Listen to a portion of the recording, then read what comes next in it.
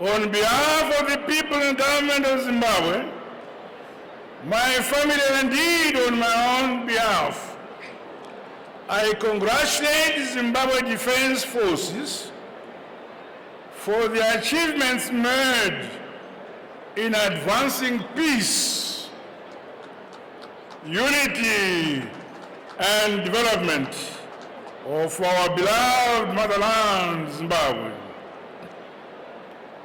The nation further salutes you all for your unflinching commitment and dedication to safeguarding the territorial integrity of our great country, Zimbabwe. We treasure the vigilance and the manner in which our defense forces continue to diligently and professionally execute their mandate and duties. Makorokoto, Amhlope, congratulations.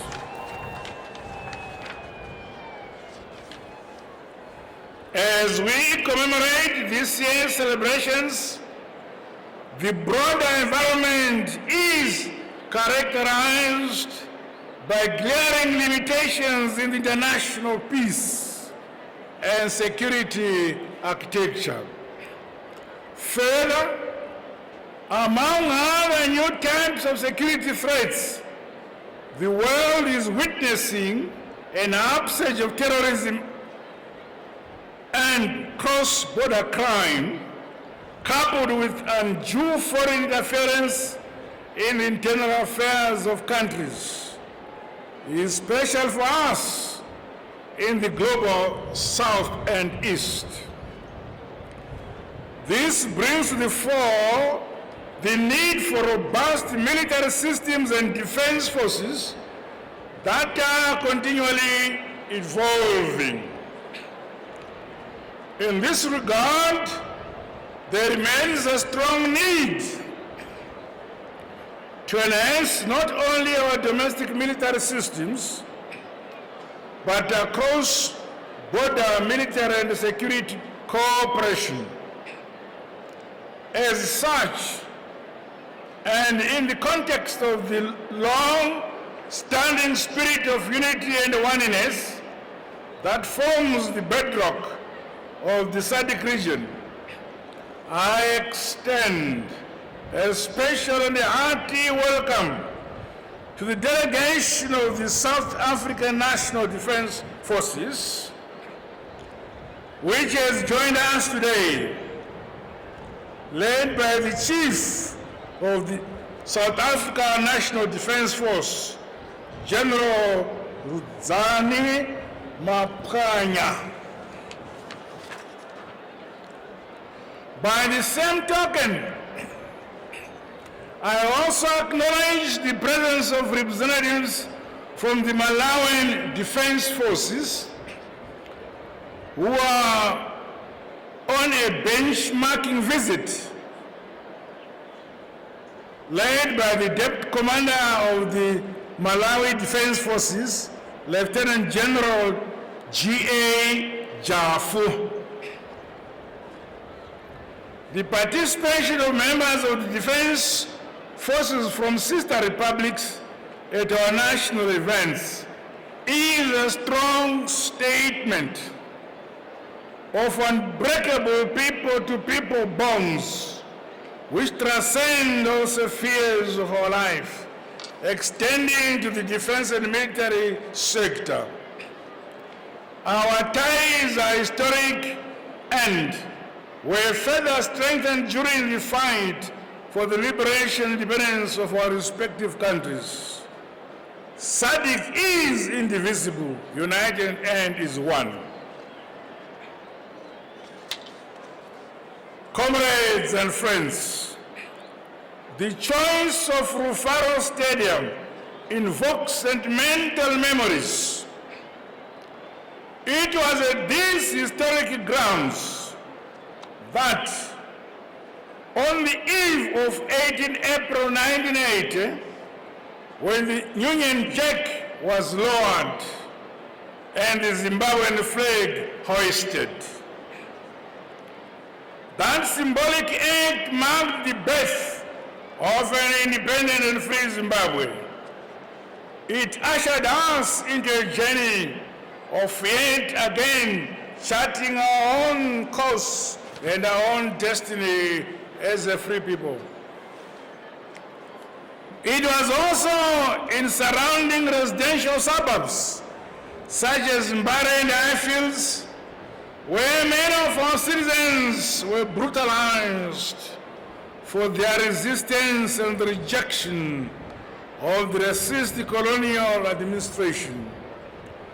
These neighborhoods incubated and strengthened the resolve of many sons and daughters of Zimbabwe to wage the protracted armed liberation struggle for democracy, freedom, and independence we enjoy today. Today's celebrations on these grounds afford us the opportunity to once again reflect on the honest journey that our nation has traveled to realize the rights and freedoms we so clearly cherish today. Under the Second Republic, the spirit, hope, determination, zeal that engulfed many of our countrymen and women who gathered here on that momentous day is burning bright. Never again will we be under the shackles of foreign rule and subjugation in whatever form. I commend Zimbabwe Defense Forces for keeping alive the rich liberation ethos as well as the intricate principles and values deployed at the establishment of a united security apparatus in 1980. Equally, your defense of our national interests as embodied in our national constitution over the years has been exemplary and unflinching. The formidability, reliability, and dependability, professionalism, and discipline of the Zimbabwe Defense Forces remain the guarantor of the peace and security necessary for the development, modernization, industrialization, and prosperity of our motherland, Zimbabwe. Despite the negative effects of illegal sanctions imposed by some Western countries, the ZDF stands firm. We thank you all, officers, men and women, for your loyalty and consistent service to your motherland, Zimbabwe. Tinokutendai, siyalibonga. Ladies and gentlemen, comrades and friends, Zimbabwe is not spared from both emerging and traditional security threats that include transnational organized crime, human trafficking, cyber security threats, drug trafficking, and climate change-induced challenges, among others. We are not blind to these threats and the manner these affect the peace, safety, and security of our people, while also undermining economic and national stability of our motherland. I therefore commend the Zimbabwe Defense Forces for their focus and commitment to dealing with these threats. This has included the broadening of capacity building and training programs. Such programs will go a long way towards nurturing innovative and proactive approaches for the continued agility and adaptability of our country's defense institutions. The ongoing participation of allied students in our training programs is applauded. for enhanced regional military cooperation, synergies, and inter-force operability.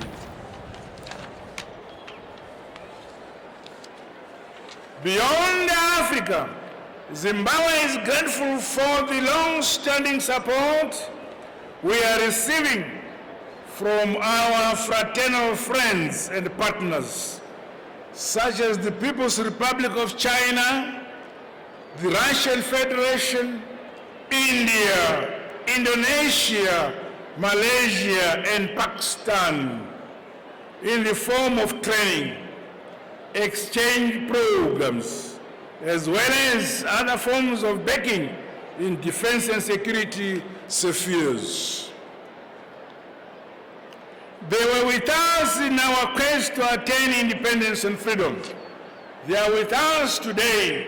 They will remain our strong allies in the future. Meanwhile, an array of strategies are underway to improve the welfare of members of our defense forces.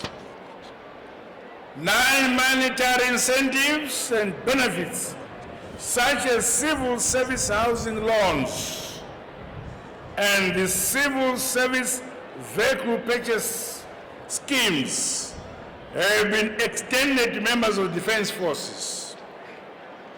Further, my government has expanded the transport fleet for the defense forces through the procurement and delivery of an assortment of vehicles.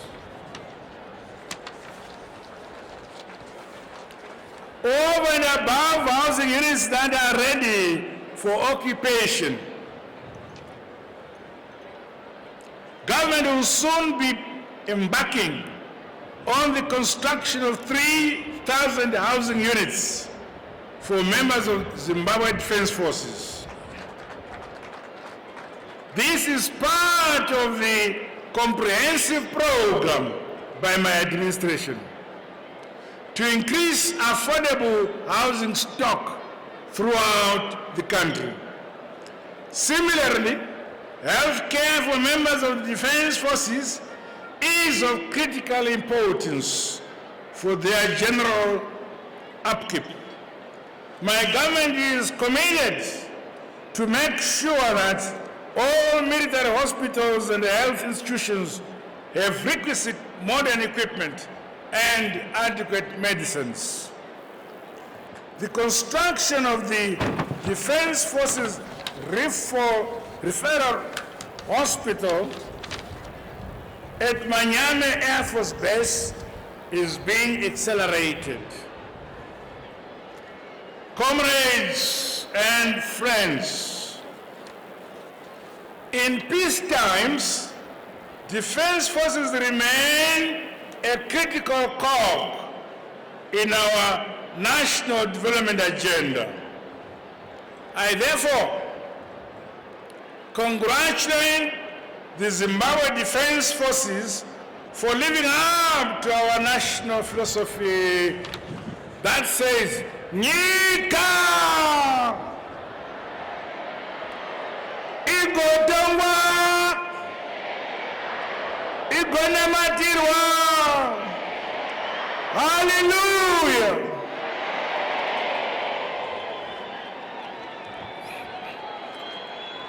As part of ongoing civil-military relations, the ZDF is implementing several community development and assistance projects.